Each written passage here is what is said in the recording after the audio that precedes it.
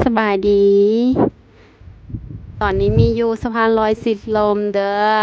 อกำลังขึ้นมาจาก BTS แล้วตอนนี้มีย่างมาฮอดศาลแห่งหนึ่งเนาะคือแบบว่าเวลาเฮาเบิ่งจากสะพานลอยจังซี่นะเฮาสิเห็นชัดเนาะว่าเอ้ยคือศาลอิหยังจังซี่นะก็เกิดอยากรู้ขึ้นมาเนาะไปอ่านป้ายทุกคนเพราะว่าเบิ่งความสวยงามแล้วก็เบิ่งคือแบบว่ารู้สึกเลื่อมใสนะเนาะมีเป็นคนที่มูอยู่แล้วเนาะสายมู แต่ว่ามีโอกาสกลับไปมูน้ำเพิ่นอยู่เนาะอันนี้เป็นศาลพระอินทร์เทพแห่งสายฟ้าเนาะเขาจะว่าอันนี้เบิ่งตามป้ายเด้อทุกคนเด้อเบิ่งแล้วก็รู้สึกแบบมอยากไปกราบอยากไปไหว้เนาะแต่ว่ามื้อนี้มียังบ่ทันได้มีโอกาสไปกราบไปไหว้เทื่อเนาะเอาไว้มื้อหน้าซะมื้อนี้มีฟ้าวไปธุระเนาะหรือว่าไปเวียกนั่นแหละเนาะทุกคนเนาะก็ขออนุญาตย่างผ่านเนาะขอไหว้อยู่ไกลๆเด้อ ขอให้ลูกโชคดีเนาะมีแต่สิ่งดีๆเข้ามาในชีวิตมื้อหน้ามีโอกาส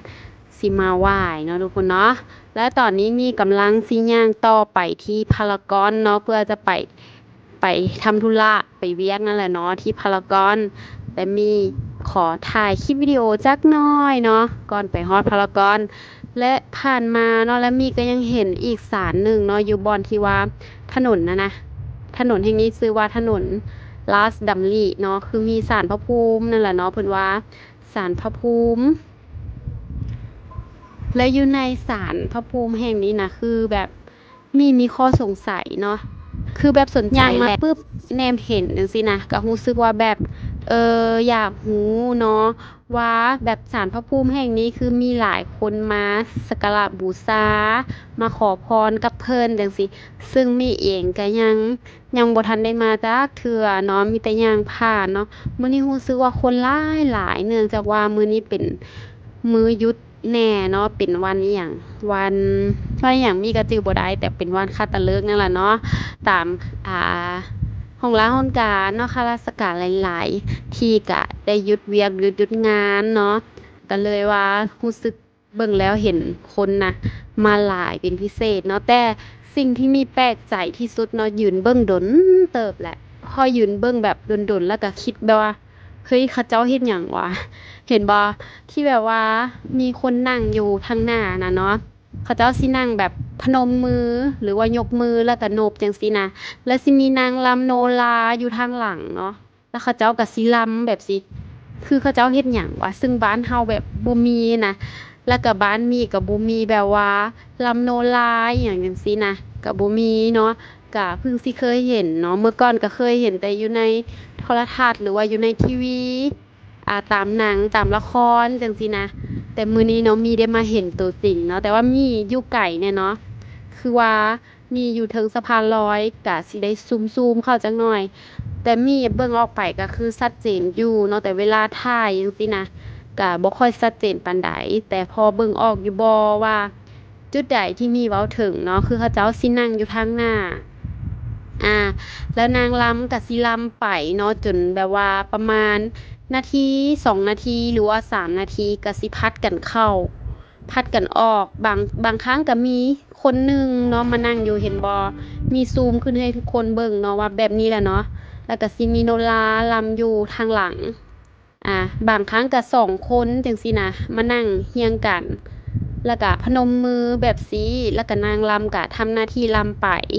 ประมาณ2นาทีหรือว่า3นาทีแล้วก็สิเปลี่ยนกันเข้ามาแบบนี้ตลอดเลยเนาะและมีนะก็ยืนเบิ่งแบบโดนเติบเนาะเพื่อแบบสงสัยน่ะเนาะ คืออยากรู้คำตอบว่าเขาเจ้าเฮ็ดหยังถ้าสิลงไปถามก็คือยากเนาะเพราะว่าสะพานลอยที่มียืนอยู่นะต้องได้ย่างไปหลายเมตรเติบค่อยวนกลับมาได้จังซี้นะและอีกอย่างหนึ่งเนาะเราก็ฟ้าวไปธุระแน่แต่ว่าเห็นมันแปลกตาแล้วก็แบบสงสัยนะก็เลยขอถ่ายคลิปแล้วก็มาถามพี่ๆ FC เนาะพี่น้อง FC หลายๆคนที่ผ่านเข้ามาเห็นคลิปนี้จังซี้นะช่วยตอบคำถามที่มีคลายข้อสงสัยหน่อยเด้อว่าเขาเจ้าเฮ็ดอิหยังกันเนาะฝากมาคอมเมนต์อยู่ใต้คลิปได้เลยอ่ะรบกวนหน่อยเด้อขอความรู้นำทุกคนแน่จ้าเพราะว่าบ้านนี้บ่มีอีหลีเนาะแล้วก็อยากรู้แท้ๆก็เลยถ่ายคลิปนี้มาเพื่อจะถามทุกๆคน ขอขอบใจเด้อสำหรับคำแนะนำแล้วก็เล่าให้มีฟังเนาะรบกวนหน่อยเด้อว่าเขาเจ้าเฮ็ดอิหยังกันอยู่บ่อนนี้นะเป็นหยังคือมีลำโนราลำอยู่ทางหลัง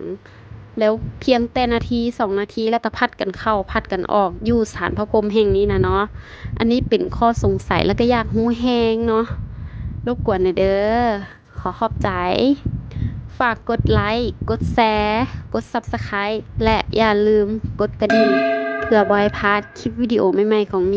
มีจะพยายามเนาะเฮ็ดคลิปให้แบบละเอียดขึ้นกว่านี้เนาะทุกคนเนาะอ่าพยายามแบบหาเวลาให้ได้เต็มที่เพื่อจะมาหาคลิปวิดีโอมาฝากพี่น้อง FC ทุกๆคนขอขอบใจที่ติดตามรับชมและให้ความรู้กับมีเด้อบ๊ายบาย